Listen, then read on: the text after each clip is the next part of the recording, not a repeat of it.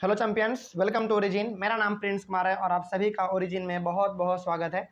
इस video lecture के through हम अपने इंडियन इकोनॉमिक डेवलपमेंट के चैप्टर नंबर 2 को स्टार्ट करने वाले हैं, जिसका नाम है इंडियन इकोनॉमी 1950 टू 1990। यानी कि इस चैप्टर में हम लोग इंडियन इकोनॉमी के बारे में पढ़ेंगे और वो टाइम पीरियड हमारा होगा 1950 से लेकर 1990 तक का टाइम पीरियड के बारे में हम लोग आज पढ़ेंगे। इसका मतलब ये हो गया कि यदि थोड़ा सा इसके हेडिंग पे आप गौर करेंगे ना, तो लिखा हुआ है इंडियन इकोनॉमी 1950 टू 1990। यदि आप यहाँ पे गौर करेंगे ना, तो आपको ये मालूम चलेगा कि ये टाइम पीरियड तब का है जब भारत आज़ाद हो चुका था, है ना, क्योंकि भारत को आज़ादी 1947 में ही मिल चुकी थी। तो जिस प्रकार से हम लोगों ने पहले चैप्टर में ये पढ़ा कि जब अंग्रेज यहाँ पे थे तो उस समय पे क्या सिस्टम हमारे इंडिया में था, कैसा एग्रीकल्चर था, कैसा सेक्टर था, कौन सा सेक्टर ज़्यादा ग्रोथ कर रहा था, ये सारा कुछ हम लोगों ने अपने चैप्टर नंबर 1 में देख लिया है। यानी चैप्टर नंबर 1 जब हम लोग पढ़ रहे थे ना, तो हमारा ये मेन ऑब्जेक्टिव था कि आखिर अंग्रेज़ों के समय में इंडिया का क्या स्थिति था, है ना। मेनली तो वही था, वही तो लिखा हुआ था, Indian economy on the eve of independence, यानी कि आज़ादी के पहले भारत का स्थिति क्या था।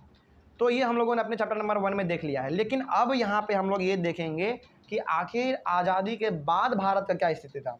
क्या आज़ादी से पहले ज़्यादा स्थिति अच्छा था या आज़ादी के बाद स्थिति अच्छा था। इसी के बारे में आज हम लोग इस चैप्टर को पढ़ेंगे और हर एक चीज़ों को हम लोग समझते हुए चलेंगे।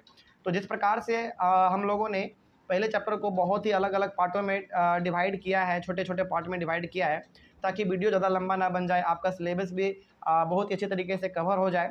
तो उसी तरीके से हम लोग इस चैप्टर को भी बहुत अलग अलग पार्ट में डिवाइड करेंगे और छोटे छोटे पार्ट में हम लोग इसको डिवाइड करके आसानी से इसको समझते हुए चलेंगे, ठीक ना। तो आई होप आपको नोट्स पसंद आए, क्योंकि ये नोट्स आपके एनसीईआरटी से ही लिया हुआ है। हाँ, कुछ और चीज़ यहाँ पे जो मैं ऐड करना चाहूँगा वो ये कि कुछ चीज़ें जो है ना मेरे नोट्स में, आपको हो सकता है कि एनसीईआरटी में ना मिले, लेकिन एनसीईआरटी को समझने के लिए जो हमने यहाँ पे नोट्स में लिखा हुआ है ना, वो आपको समझ लेना चाहिए, ताकि आपका एक बेस मजबूत हो जाए, है ना। तो आई होप आपको ये चीज़ समझ में आएगा, और आप चाहें तो स्क्रीनशॉट लेकर इसका बार बार नोट्स भी लिख सकते हैं, ठीक ना। चलिए, तो आज हम लोग शुरू करेंगे अपने चैप्टर नंबर 2 को, और इसका सबसे पहला हेडिंग हम लोग समझ लेते हैं कि आखिर क्या है।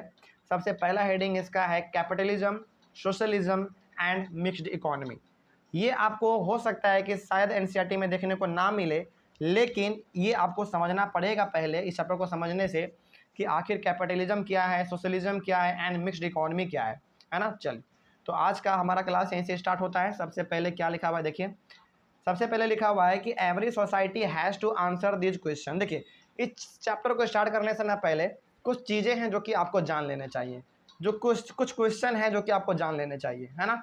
चलिए, तो उसके बारे में जानते हैं। और ये जो क्वेश्चन यहाँ पे लिखा हुआ है ना, ये ऐसे ही नहीं लिखा हुआ है, इसका यूज है इस चैप्टर में, है ना। तो आप इसको थोड़ा सा गौर कीजिएगा। तो हर एक सोसाइटी को ये आंसर देना पड़ता है, क्या देना पड़ता है या फिर देना पड़ेगा, है ना। क्या है वो क्वेश्चन, देख लेते हैं। What goods and services should be produced in the country. यानी कि हर एक सोसाइटी को ये सोचना चाहिए, ये जवाब देना चाहिए, इसके बारे में विचार विमर्श करना चाहिए कि आखिर कौन सा गुड्स और सर्विस कंट्री में प्रोड्यूस किया जाए। देखिए, आपको तो मालूम है कि हमारे इंडिया में 3 सेक्टर है, प्राइमरी, सेकेंडरी और टर्सरी। तीनों अपना अपना काम कर रहा है, बेहतर तरीके से काम कर रहा है अपना तीनों, है ना। तो अपना काम तो कर रहा है, हर कोई अपना सामान तो बना रहा है, कोई सर्विस दे रहा है, कोई गुड्स दे रहा है ना। यानी कि हर कोई अपने काम में लगा हुआ है। लेकिन हर एक सोसाइटी को अपने आप से ये सवाल पूछना चाहिए कि आखिर कंट्री में कौन सा गुड्स एंड सर्विस प्रोड्यूस किया जाए, किसकी आवश्यकता ज़्यादा है। ये सबसे पहला क्वेश्चन हमको पूछना चाहिए हर एक सोसाइटी से, और सोसाइटी वाले खुद भी अपने से पूछे कि आखिर कौन सा गुड्स एंड सर्विस बेटर होगा हमारे कंट्री के लिए, है ना। तो कुछ क्वेश्चन है, इसको पहले जान लेते हैं पहले। तो पहला ये हो गया हमारा। उसके बाद, how should the goods and services be produced. यदि गुड्स एंड सर्विसेज की ज़रूरत है तो उसको किस प्रकार से प्रोड्यूस किया जाए, है ना, किस प्रकार से। Should producers use more human labour और more capital for producing things. Capital का मतलब मशीन। तो यदि मान लीजिए कोई गुड्स एंड सर्विस प्रोड्यूस हो रहा है, तो प्रोड्यूसर्स को कौन सा लेबर ज़्यादा उसको इस्तेमाल करना चाहिए, ह्यूमन लेबर या कैपिटल लेबर। मतलब ये कि ह्यूमन को इस्तेमाल करना चाहिए लेबर के तौर पे या फिर मशीन को इस्तेमाल करना चाहिए। तो ये भी सोसाइटी से ये सवाल हम लोगों को पूछना चाहिए, और यदि वो लोग हैं तो वो खुद भी अपने से पूछे कि यदि इंडिया में या फिर अपने कंट्री में यदि गुड्स एंड सर्विसेज की ज़रूरत है तो किन गुड्स एंड सर्विसेज की ज़रूरत है और उसको किस प्रकार से प्रोड्यूस किया जा सकता है, ह्यूमन लेबर के एफर्ट से या फिर कैपिटल के एफर्ट से, है ना, यानी कि मशीन के एफर्ट से। आगे बढ़ते हैं फिर, how should the goods and services be distributed among people. अब पहले वाले में हम लोगों ने पढ़ा कि कौन सा गुड्स एंड सर्विस प्रोड्यूस करना चाहिए। चलिए उसके बाद फिर हम लोगों ने देख लिया कि यदि गुड्स एंड सर्विस प्रोड्यूस करना चाहिए, यदि ज़रूरत है तो करना चाहिए, बिल्कुल करना भी चाहिए, तो कैसे करना चाहिए, ह्यूमन लेबर या फिर कैपिटल लेबर। अब चलिए मान लीजिए कि ज़रूरत भी था, प्रोड्यूस भी आपने कर दिया, तो उसको डिस्ट्रीब्यूट कैसे करना है लोगों के बीच में। How should the goods and services be distribute among people. देखिए हालांकि ये क्वेश्चन है हमारा, है ना, हम लोगों से भी ये सवाल पूछा जा सकता है और हम भी सोसाइटी से पूछ सकते हैं, यानी कि गुड्स एंड सर्विस जो प्रोड्यूस करते हैं उससे हम लोग ये सवाल कर सकते हैं। तो ये तीनों सवाल आपको ध्यान में रखना है और इन्हीं तीनों सवालों के इर्द गिर्द हमारा ये चैप्टर घूमने वाला है ना। तो यदि कहीं पे लिखे what goods and services should B produce in the country, तो आपको कंफ्यूज नहीं होना है, आपको समझ लेना है कि ये हमारा वही क्वेश्चन है जो कि पहला क्वेश्चन पूछा गया था हमसे, है ना, जो कि हम लोग हर सोसाइटी से पूछ सकते हैं। तो आई होप आपको ये समझ में आया होगा।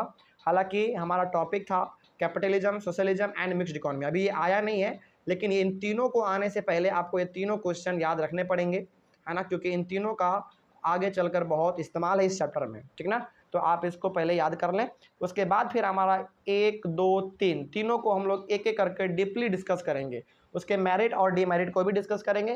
पहले ये जानेंगे कि आखिर कैपिटलिज्म क्या है, सोशलिज्म क्या है, मिक्स्ड इकोनॉमी क्या है, इन सब का मेरिट क्या है, डीमेरिट क्या है, इन सभी के चीज़ों के बारे में हम लोग पढ़ेंगे। तो नोट्स बिल्कुल एक सिस्टमेटिक वे में आपके लिए बनाया हुआ है यहाँ पे, आप चाहें तो स्क्रीनशॉट लेके इसका नोट्स भी लिख सकते हैं, बहुत हद तक आपको मदद हो जाएगी, बहुत हद तक क्या लगभग हो जाएगी, है ना।